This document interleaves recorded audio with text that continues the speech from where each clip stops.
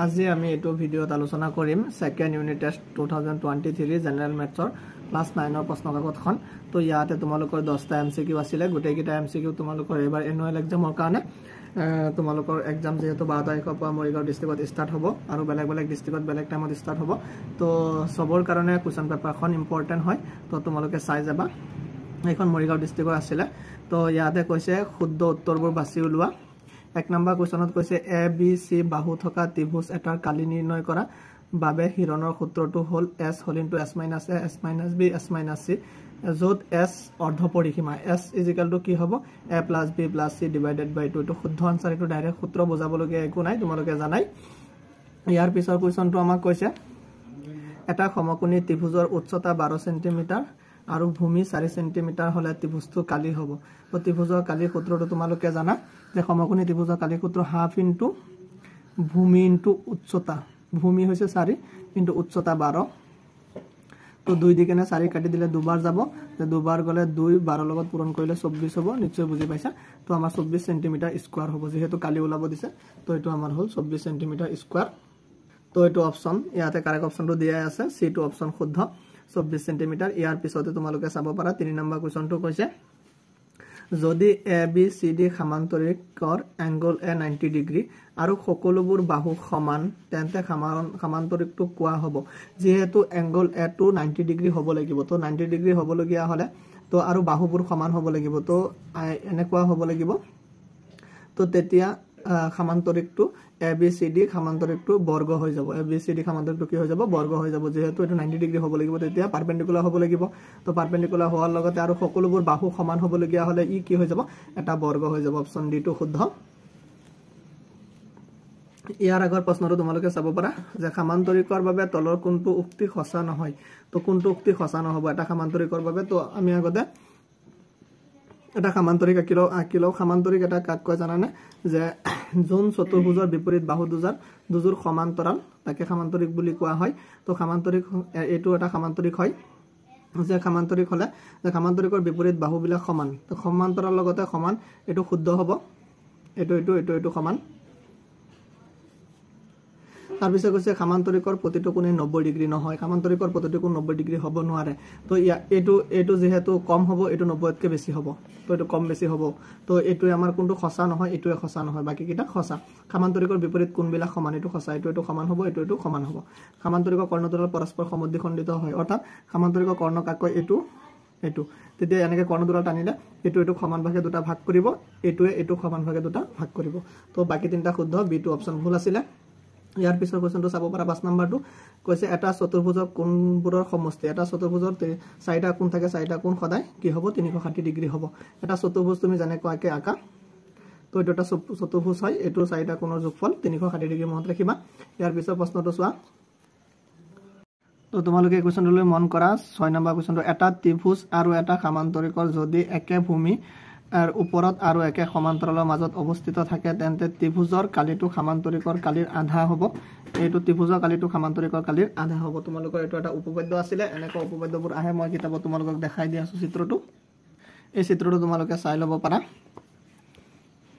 এই চিত্ৰটো তোমাৰ এ বি সি ডি এটা সমান্তৰিক আছিল এই সমান্তৰিকটোৰ যদি একে ভূমি আৰু একে সমান্তৰালৰ মাজত পি এ বি এটা ত্ৰিভুজ হয় তেতিয়া এই ত্ৰিভুজৰ কালিটো সমান্তৰিকৰ আধা হ'ব তো এটো শুদ্ধ তো তোমালোকৰ ইয়াতে 7 নম্বৰ কোৱেশ্চনটো হৈছে 60 ডিগ্ৰী মাপৰ এটা কোণ অঙ্কন কৰিবলৈ তলৰ কোণটো প্ৰথমে আঁকি ল'ব লাগিব তো 60 ডিগ্ৰী কোণ অঙ্কন কৰা তোমালোকে নিশ্চয় শিকিছা অঙ্কন চেপ্টাৰটোত আছিল তো আমাৰ ফাৰ্ষ্টত কি কৰি ল'ব লাগিব তো ইয়াৰ অপচন এ টো শুদ্ধ হ'ব এডাল ৰশ্মি আঁকি ল'ব লাগিব প্ৰথমে এডাল ৰশ্মি তোমালোকে অঙ্কন চেপ্টাৰত নিশ্চয় শিকিছা যে অঙ্কন কৰিবলগীয়া হলে আমি স্কেল পাতৰ সহায়ত এডাল ৰশ্মি আঁকি ল'ব লাগে ৰশ্মি কাক কয় যোনটো এটা বিন্দু পৰা ষ্টাৰ্ট হৈ গৈ থাকে তাকে ৰশ্মি বুলি কোৱা হয় এডাল ৰশ্মি আঁকি কেনে এটো ধৰি ললো এ বি এডাল ৰশ্মি আঁকি লৈছো তেতিয়া এ বিন্দু কেন্দ্ৰ কৰি কেনে চাপ আঁকি কেনে 60 ডিগ্ৰী অঙ্কন কৰা হয় তোমালোকে নিশ্চয় জানা তো এডাল ৰশ্মি আঁকি ল'ব লাগিব 8 নম্বৰ কোৱেশ্চনটো চাব পাৰা 8 নম্বৰ কোৱেশ্চনটো কৈছে সমবাহু ত্ৰিভুজৰ প্ৰতিটো কোণ হল সমবাহু ত্ৰিভুজ যেহেতু প্ৰতিটো কোণ 60 ডিগ্ৰী হ'ব সমবাহু ত্ৰিভুজ কাক কয় যোন ত্ৰিভুজৰ তিনিটা কোণে সমান তাকে সমবাহু ত্ৰিভুজ বুলি কোৱা হয় তেতিয়া প্ৰতিটো কোণ সমান হৈ গলে তোমাৰ 180 ডিগ্ৰী হয় এটা ত্ৰিভুজ তো তিনিটা কোণ যদি সমান হয় 60 হ'ব তো প্ৰতিটো কোণ কি হ'ব 60 ডিগ্ৰী হ'ব তো ইয়াৰ পিছৰ কোৱেশ্চনটো চাব পাৰা কৈছে ত্ৰিভুজ এটাৰ দুটা বাহু 8 সেন্টিমিটাৰ আৰু 11 সেন্টিমিটাৰ আৰু ইয়াৰ পৰিসীমা 32 সেন্টিমিটাৰ হলে ত্ৰিভুজটো তৃতীয় বাহুৰ মাপ তো তোমালোকে জানা যে এটো হিৰণৰ সূত্ৰত আছিল ত্ৰিভুজৰ তিনটা বাহু মই ধৰি লৈছো এ বি সি এই তিনটা বাহুৰ মাপ দিয়া আছে 32 তো আমি ইয়াতে যদি মান বহাই দিও এৰ মান এটো ধৰিলো এ এটো বি তে এৰ মান 8 বিৰ মান 11 plus C is equal to 32 তেতিয়া ইয়াতে আমি সি টো যদি ৰাখি দিও 32 এটো 8 আৰু 11 এটোটা যোগ হ'ব 19 হ'ব 19 টো এফালে 19 টো এফালে মাইনাস হৈ যাব প্লাস আছে তেতিয়া c ইজ ইকুয়াল টু কিমান হ'ব এটো পৰা এটো বিয়োগ কৰিলে 2 পৰা 9 না যায় এক ভাগ গলে 12 পৰা 9 গলে 3 ইয়াত 2 পৰা 1 গলে 1 অৰ্থাৎ 13 সেন্টিমিটাৰ হ'ব নিশ্চয় বুজি পাইছা c এৰ মানটো 13 সেন্টিমিটাৰ হ'ব ইয়াত ডি অপচনটো শুদ্ধ ইয়াৰ পিছত 10 টো চোৱা 10 নম্বৰ কোৱেশ্চনটো কৈছে যদি এংগল PQR 85 তো আৰু XO PQR ৰ সমদ্বিখণ্ডক তেন্তে PQX ৰ মান হ'ব তো তোমালোকক ইয়াতে মই আকি এটা দেখাই দিও সিম্পল মই ত্ৰিভুজটো আকি আছো লেট এটো তোমাৰ PQR এটা ত্ৰিভুজ আৰু এংগল Q কোনটো তোমাৰ 85 এই কোনটো তোমাক 85 দিয়া আছে তো ইয়াত কৈছে XQ ইয়াতে XQ ৰেখাডাল PQR অৰ্থাৎ এই কোণটো সমদ্বিখণ্ডক অৰ্থটো হৈছে দুটা সমান ভাগে ভাগ কৰিছে এই কোণটোক তেতিয়া আমি কি কৰিম 85 ক 2 এৰে হৰণ কৰি দিম 85 ক 2 এৰে হৰণ কৰিলে তোমাৰ 42.5 হ'ব তে 42.5 ডিগ্ৰী হলে তোমাৰ অপচন ডি টো শুদ্ধ হ'ব অপচন ডি ইয়াৰ ক্ষেত্ৰত শুদ্ধ তো 10টা এমসিকিউ তোমালোকে নিশ্চয় বুজি পাইছা আৰু এইকিটা বুজিবলগীয়া বস্তু আছিল আমি সেকশন বি কিটা সাম খালি ঠাই দিয়া আছিল এ নাম্বাৰটো আমাক কৈছে এটা সমান্তৰিক কৰ্ণ দুটাই সমান্তৰিকটো ড্যাশ সমান কালিৰ ত্ৰিভুজত ভাগ কৰে চাৰিটা সমান কালিৰ ত্ৰিভুজত ভাগ কৰে ইয়াত চাৰিটা শুদ্ধ হ'ব কাৰণ তোমালোকে চাব পাৰা সমান্তৰিক তোমালোকে নিশ্চয় চিনি পাইছা অলপ আগতে সমান্তৰিকটো মই বুজাইছো এটো সমান্তৰিক যদি আমি দুটাল কৰ্ণ দুটাল টানো তেতিয়া কৰ্ণ দুটাল টানিলে চাৰিটা ত্ৰিভুজ হ'ব চাৰিটা ত্ৰিভুজে সমান কালিৰ হ'ব যত কৈছে একে ভূমিৰ ওপৰত থকা একে কালি বিশিষ্ট ড্যাশ একে সমান্তৰালৰ মাজত থাকে বি নম্বৰ অপচনটো হৈছে একে ভূমিৰ ওপৰত থকা একে কালি বিশিষ্ট ড্যাশ একে সমান্তৰালৰ মাজত থাকে তেতিয়া দুটা সমান্তৰিক একে সমান্তৰালৰ মাজত থাকে এটো দুটা সমান্তৰিক হ'ব ইয়াৰ পিছৰটো কৈছে সি নম্বৰটো একে বাহু বিশিষ্ট ড্যাশ সৰ্বসম সমান্তৰিক আয়ত বৰ্গ ৰম্বা তো এটো ক্ষেত্ৰত তোমালোক বৰ্গ সৰ্বসম হ'ব একে বাহু বিশিষ্ট দুটা বৰ্গ সৰ্বসম তোমালোকে এনেকুৱা সাৰাংশবোৰত বহুত ভালকে চাবা ইয়াতে মই চিন দি দিছো তো এইবিলাকৰ পৰা প্ৰশ্ন আহে তো ইয়াৰ পিছত ডি নম্বৰটো তোমালোকে চাই লব পাৰা ডি নম্বৰৰ অপচনটো কৈছে এটা আয়ত ক্ষেত্ৰৰ প্ৰতিটো কোণ এটা আয়তৰ প্ৰতিটো কোণ তোমাৰ 90 ডিগ্ৰী হ'ব কাৰণ আয়তবোৰ জানা এনেকুৱাকে থাকে তো ইয়াৰ প্ৰতিটো কোণ 90 ডিগ্ৰী হ'ব তো এইকিটা হৈ গল ইয়াৰ পিছৰ অপচনবোৰ চোৱা খসা মিছা বুলি কৈছে তো ইয়াত তোমালোকক কোৱা হৈছে ফাৰ্ষ্টৰটো যে তলৰ উক্তিবোৰ খসা নে মিছা হিৰণৰ সূত্ৰ এছে পৰিসীমা খুচাই এটো অৰ্ধ পৰিসীমা খুচাই এটো ভুল কাৰণ হিৰণৰ সূত্ৰ এছে অৰ্ধ পৰিসীমা খুচাই আধা খুচাব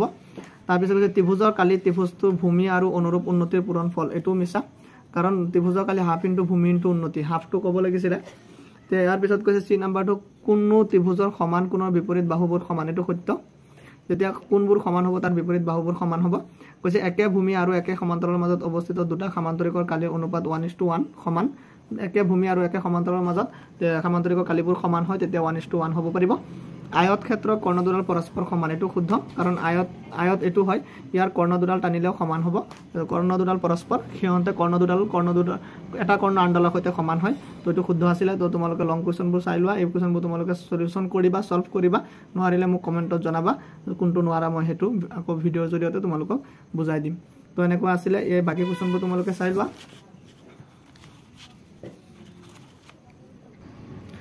একিটা আসলে কোৱেশ্চনবোৰ গোটেকিটা কোৱেশ্চন ইম্পৰ্টেন্ট হয় তোমালোকে চাবলগীয়া এনেকে 4-5খন কোৱেশ্চন তোমালোকে সলভ কৰিলে নিশ্চয় তোমালোকে 100% কমন পৰি যাব আৰু এটা ভাল ফলাফল দেখাবলৈ সক্ষম হ'বা থ্যাংক ইউ এনেকুৱা ভিডিও পাবলৈ চেনেলটো সাবস্ক্ৰাইব কৰি ৰাখিবা আৰু বন্ধুবৰ্গলৈ শেয়াৰ কৰিবা